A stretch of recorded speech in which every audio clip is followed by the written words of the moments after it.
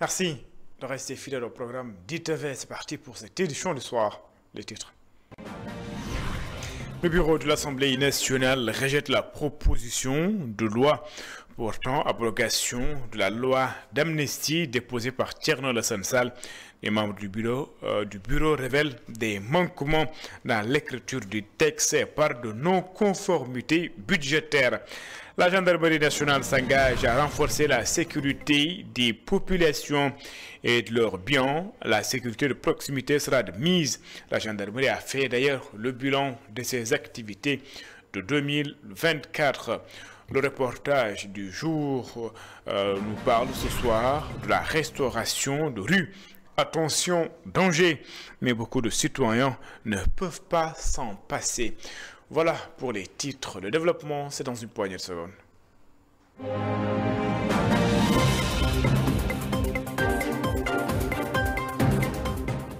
Bonsoir et bienvenue. La gendarmerie nationale fait le bilan de ses activités de l'année 2024. Plusieurs avancées significatives ont été notées. Les accidents ont connu une baisse, mais la gendarmerie renseigne de la montée en puissance des crimes transnationaux et de trafic de drogue. Les hommes en bleu comptent renforcer leur stratégie pour mieux assurer la sécurité des personnes et des biens. Elisabeth Christine et Cheikh Ahmed Tidiane Diouf pour le compte rendu. La présentation des statistiques annuelles 2024 de la Gendarmerie nationale a d'abord révélé des avancées majeures dans les domaines d'intervention. L'année 2024, en effet, a été marquée par des avancées majeures dans les domaines prioritaires de la sécurité. Grâce à l'engagement sans faille des gendarmes, des résultats significatifs ont été enregistrés. L'action renforcée des unités a permis de démanteler des réseaux criminels, des zones sensibles et de mieux protéger les populations. L'insécurité routière, un fléau majeur parmi les domaines d'intervention de la gendarmerie, a connu une baisse de 4,8% en 2024. L'un des domaines d'action prioritaire de la gendarmerie en 2024 a été la lutte contre l'insécurité routière.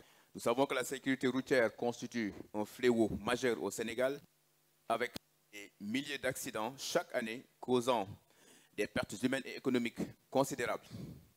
Ainsi, en 2024, une baisse de 4,8% des accidents a été relevée en zone de compétence de gendarmerie. Cependant, l'année 2024 est également marquée par une montée en puissance des crimes transnationaux et du trafic de drogue. L'année a également été marquée par une montée en puissance des infractions violentes, donc des crimes transnationaux et du trafic de drogue, nécessitant une adaptation stratégique et un renforcement des dispositifs de lutte pour faire face à ces nouvelles menaces. La gendarmerie nationale a souligné de nombreux défis à relever, tels que la migration irrégulière, le vol de bétail, les crimes numériques et les menaces terroristes. Face à ces enjeux, elle a mis en place des stratégies et dispositifs renforcés pour assurer sa mission de sécurisation des personnes et des biens. Elisabeth Christine, le haut commandant de la gendarmerie nationale, réaffirme sa volonté d'instaurer une sécurité de proximité dans le pays. Il invite les citoyens à collaborer davantage avec les forces de défense et de sécurité. Le général Martin Faye, haut commandant de la gendarmerie nationale, est là. Donc, je vous propose d'écouter. Je voudrais aussi réaffirmer ici la volonté ferme de la gendarmerie de travailler avec les populations. Dans mon ordre du jour numéro 1, toujours, j'ai parlé de réconciliation. Aujourd'hui, nous voulons une gendarmerie plus humaine, une gendarmerie plus proche des populations. Nous voulons améliorer l'offre de sécurité au profit des populations, mais avec les populations. Nous ne ferons pas et nous ne pouvons pas faire sans les populations. qui sont à la fois des bénéficiaires, mais des acteurs de sécurité. Tant que nous ne l'aurons pas compris, tant que les populations ne l'auront pas compris, la réussite ne peut pas être garantie. Nous avons l'obligation de travailler la main dans la main avec les populations pour améliorer cette offre de sécurité. Notre raison d'être, c'est les populations. Nous n'aurons plus de raison d'être si les populations disparaissent. Dès lors qu'elles n'existent plus, notre raison d'être disparaît avec. Et pour cette raison, nous nous évertuerons à mettre en œuvre le concept de police de proximité qui est devenu notre nouveau paradigme. Nous insisterons par tous les moyens pour que la police de proximité soit une réalité. Pas un concept vécu dans les esprits, mais vécu sur le terrain. Je le disais en titre, le bureau de l'Assemblée nationale a rendu donc sa décision ou a statué par rapport à la proposition de loi déposée par Thierno Alassane Sall, une proposition de loi qui porte sur l'abrogation de la loi portant sur l'amnistie. Après examen, le bureau constate que cette proposition ne respecte pas les exigences constitutionnelles en matière budgétaire et cela entraîne ainsi son rejet pur et simple, toujours selon le bureau de l'Assemblée nationale, conformément à l'article 82 de la Constitution et l'article 60 du règlement intérieur. Toute proposition de loi susceptible d'entraîner une diminution des ressources de l'État ou une augmentation de ses dépenses doit impérativement être accompagnée de mécanismes de compensation financière. Selon le bureau, le texte présenté par Thierno Alassane Sall ne prévoit aucune mesure compensatoire, rendant donc son adoption impossible sur le plan juridique. Le bureau de l'Assemblée nationale a également relevé une absence d'étude d'impact budgétaire, un élément essentiel pour évaluer la faisabilité de toute initiative législative en conséquence. Et la proposition donc de loi a été jugée irrecevable et ne pourra donc pas être soumise aux députés.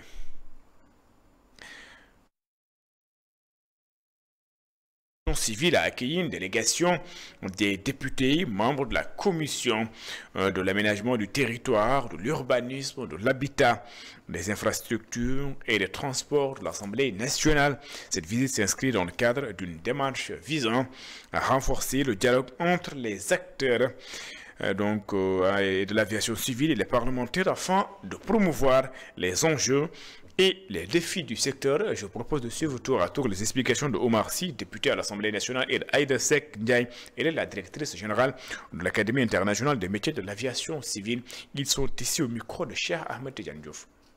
Je crois que ce que nous devons comprendre, c'est une compagnie aérienne qui porte un hub aérien.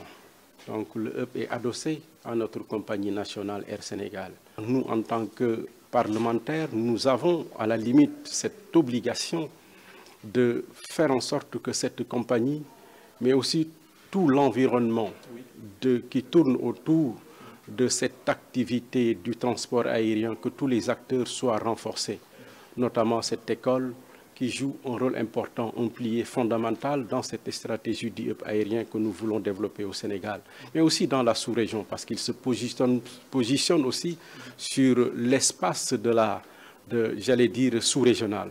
La souveraineté dont on parle aujourd'hui avec les nouvelles autorités, c'est dans tous les domaines.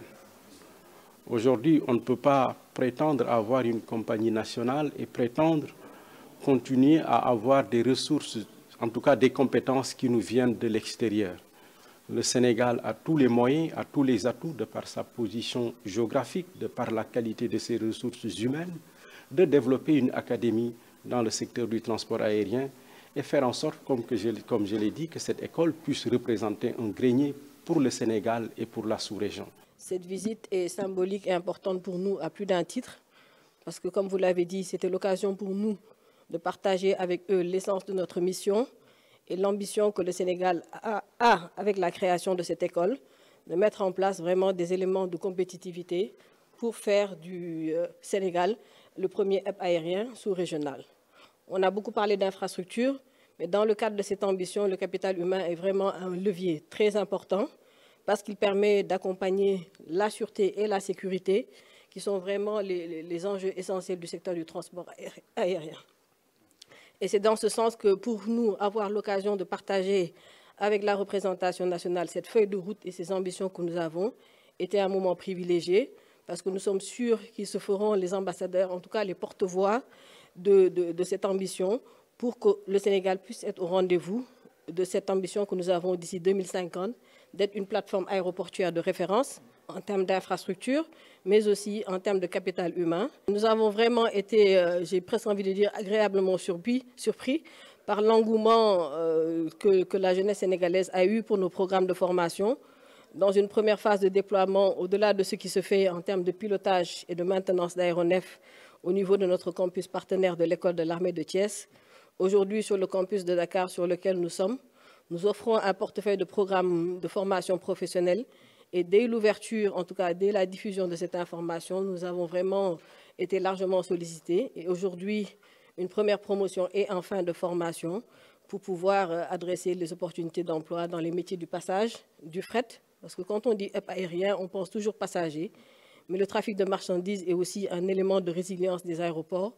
Donc il était important d'accompagner son développement et enfin aussi le trafic chargement avion.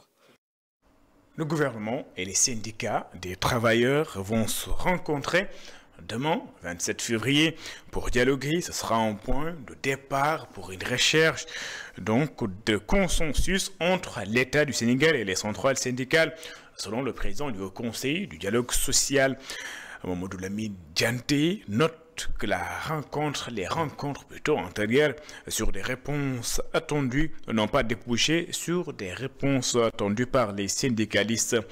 Je vous propose de l'écouter. Il était l'invité de la matinale d'Alassane Samba Diop. Le Haut Conseil fait de la médiation et de la facilitation conformément à ses missions. Tous les syndicats qui aujourd'hui s'agitent ou menacent d'aller en grève ont été reçus par le Haut Conseil du dialogue social.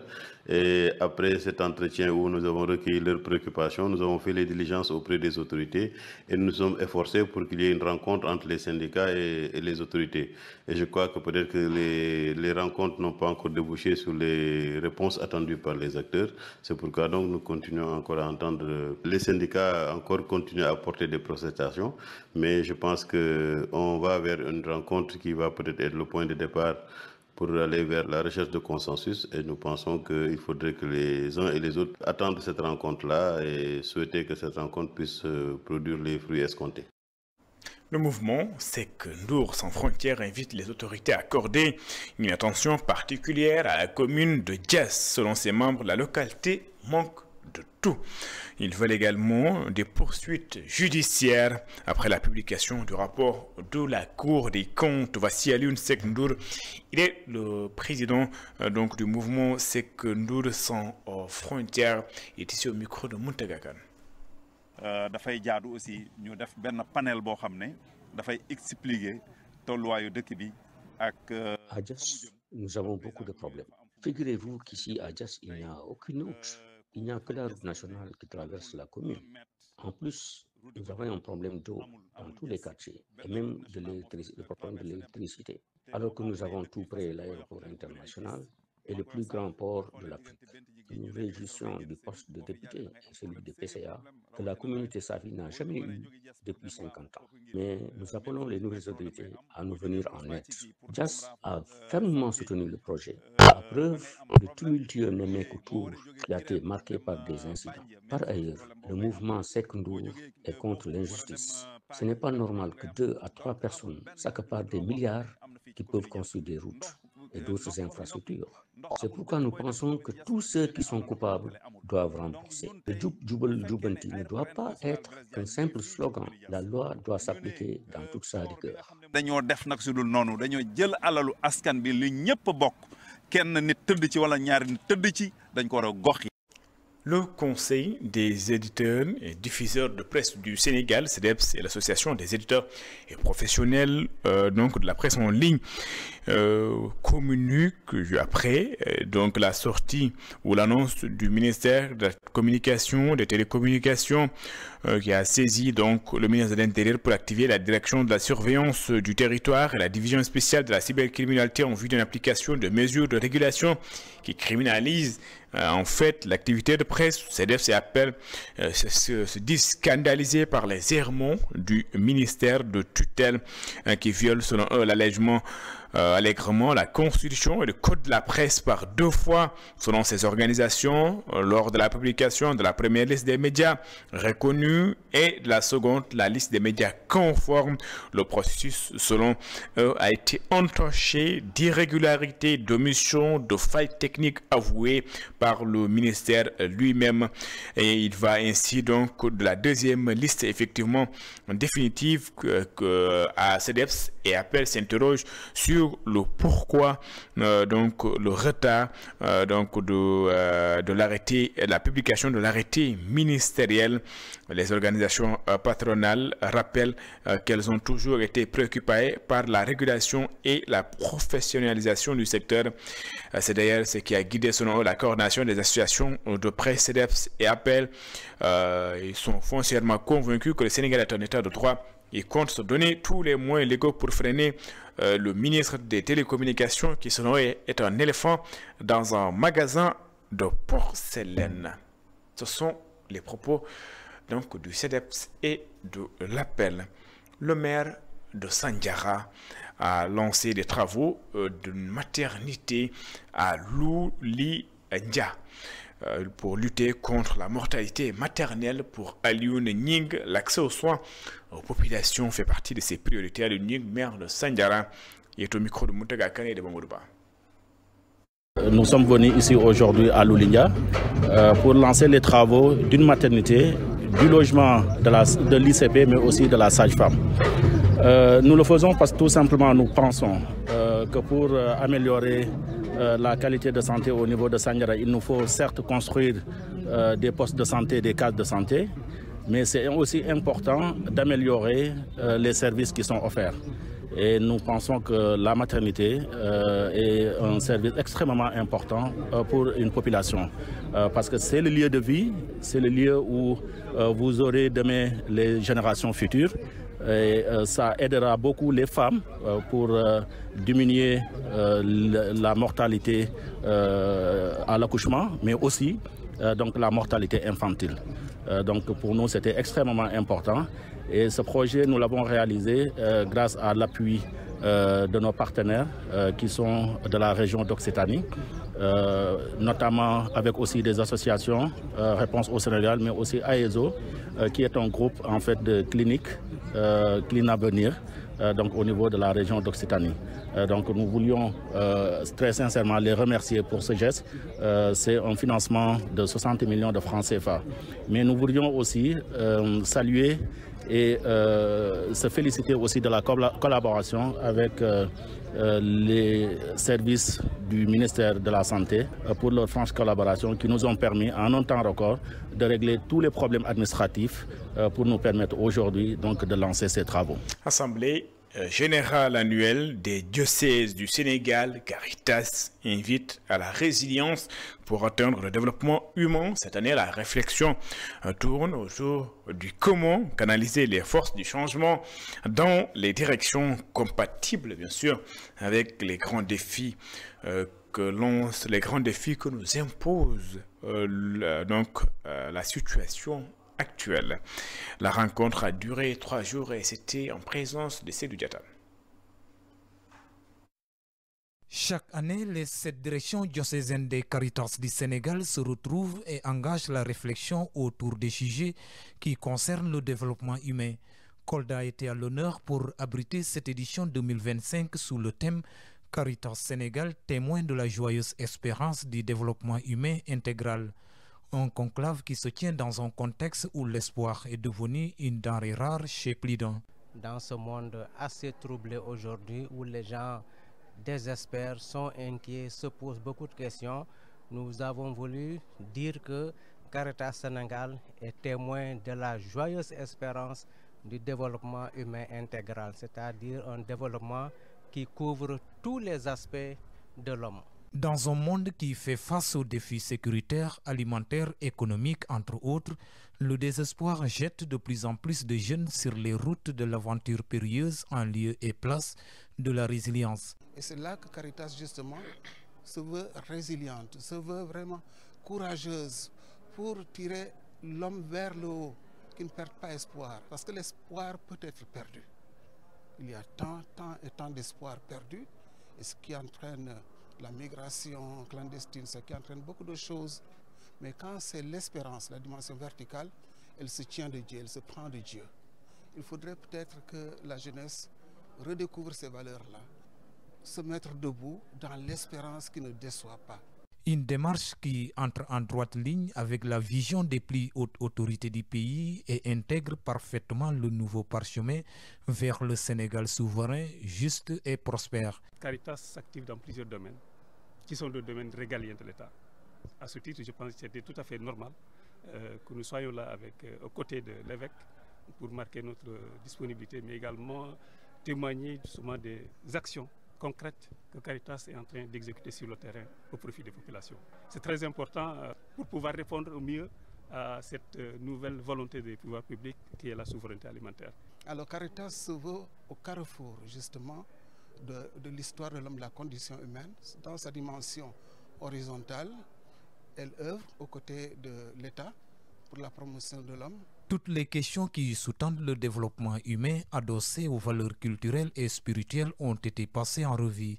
La Caritas Sénégal invite les jeunes à tourner le dos au désespoir pour la résilience. Et puis, place à présent au reportage du soir. La restauration de rue fait des ravages. Les chiffres donnés par la FAO s'illustrent à souhait. D'après le docteur Mamadou Ndiaye, expert en sécurité sanitaire des aliments au bureau de la FAO pour l'Afrique de l'Ouest sur le continent, c'est plus de 91 millions, oui, 91 millions de personnes qui tombent malades chaque année avec 137 000 décès. La restauration de rue, une réalité au Sénégal pour certains. Donc l'on ne peut pas s'en penser, mais d'autres préfèrent ne pas prendre le risque de s'alimenter dans la rue avec tous les risques encourus. C'est un sujet que nous propose Ndeya Lifal. C'est dans une ambiance animée que nous avons été accueillis à Koloban devant la gare de Touba à Kerserine Touba. Ici, la question de la restauration de rue s'impose.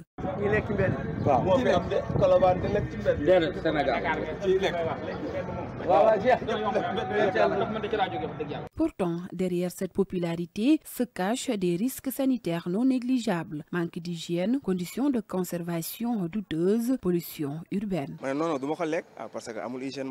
Je ne mange pas dans la rue parce qu'il n'y a pas d'hygiène.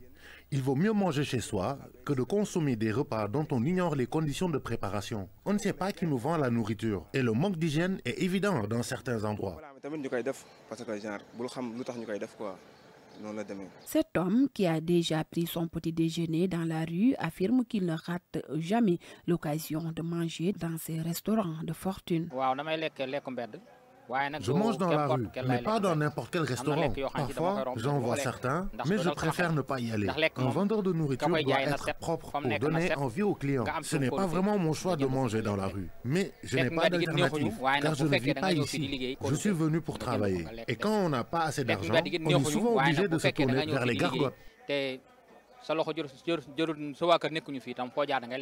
Nos interlocuteurs exhortent les vendeurs de rue à accorder une attention particulière à l'hygiène et à la sécurité alimentaire des repas qu'ils proposent.